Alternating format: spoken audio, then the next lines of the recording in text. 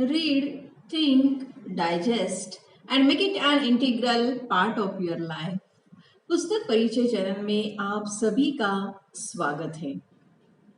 शाम की माँ किताब की कहानियां मैं आपको बता रही हूँ। आज की कहानी है सात्विक प्रेम की भूख। शाम के पिताजी ने शाम को अंग्रेजी सीखने के लिए दापोली में रखा था। दापोली से शाम का गांव 6-6.5 कोस ही दूर पर था। इतनी दूरी पैदल चलकर तय कर पाऊंगा इसका शाम को आत्मविश्वास नहीं था। एक दिन शाम चलकर पहुंचा, तब उसमें आत्मविश्वास जागा। तब से हर शनिवार रविवार शाम गांव जाता। शनिवार दोपहर 2 बजे घर से निकलता और शाम दियाबाती के समय तक घर पहुंच जाता। इंसान खाने के बगैर रह सकता है, लेकिन प्रेम के बगैर वह कैसे जिएगा?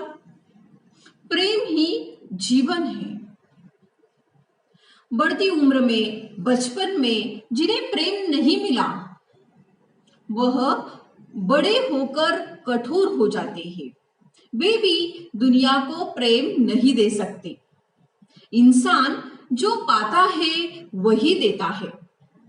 आखिर शाम घर पहुंचा। शाम पैर धोकर चूल्हे के पास मां के पास बैठा। इतने में पिताजी आ गए। वह कहीं से परेशान होकर आ रहे थे। हमेशा की तरह शाम को देखकर उन्हें खुशी नहीं हुई। उन्होंने शाम से पूछा, क्यों शाम, संध्या कर चुकी है क्या? शाम बोला, नहीं की, करता हूं। गुस्से से उन्होंने कहा, औरतों की तरह चूल्हे के पास क्यों बैठे हो? उठो, चलो संध्या करो। मां ने कहा, अभी अभी आया है, थक गया है बहुत, 2 मिनट बैठा है। शाम, जाओ संध्या करो। शाम प्रेम चाहता था, उसको गालियां मिली। शाम ने मां से कहा, मां मुझे अपनी गोद में सुलाओ ना। बच्चे की जीत के आगे मां कहां तक चलती। ओविया सुनते सुनते शाम ने मां से कहा, मां मैं चला जाता हूं दापोली। मैं आया तो बहू कितना गुस्सा हुए। उनके घर लौटने के पहले ही मुझे जाने दो। मां बोली, ऐसा मत करो शाम, तुम क्या यह अच्छा कर रहे हो क्या? अरे वे बोलते हैं, लेकिन मन में उनके मैल नहीं होता। आजकल हमारी हालत बुरी चल रही है, तुम समझते हो ना। उनकी बातें तुम दिल से नहीं लगाना। आज तक उन्होंने तुम्हें पढ़ाया, तुम्हारे लिए इतना कुछ किया, तो क्या 2 शब्द कहने का अधिकार भी उनको नहीं है?